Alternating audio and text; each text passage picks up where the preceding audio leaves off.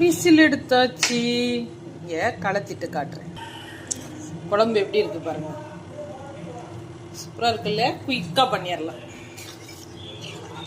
லைட்டாக தாளிக்கணும். கட்டியாக தான் வச்சுருக்கோம். தோசைக்கு நாங்கள் புரோட்டாக்கு.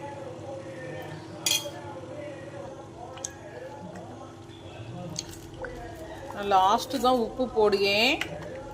ஏன்னா ஆட்டுக்கறிக்கு லாஸ்ட்டில் தான் உப்பு போடணும். அப்போ தான் நல்லா வெந்து அந்த ஆட்டுக்கறியிலோட சத்தும் குறையாது. இப்போ தாளித்து விட்டுறலாம். பாருங்கள், எண்ணெய் விட்டுட்டேன். பாருங்கள், இதுலேயே நிறைய எண்ணெய் நிற்கா. அதனால இவ்வளோ எண்ணெய் போதும் தாளிக்கிறது. தாளிக்க கடுகும் உளுந்தும் சேர்த்து கருவேப்பிலையை போட்டுடலாம்.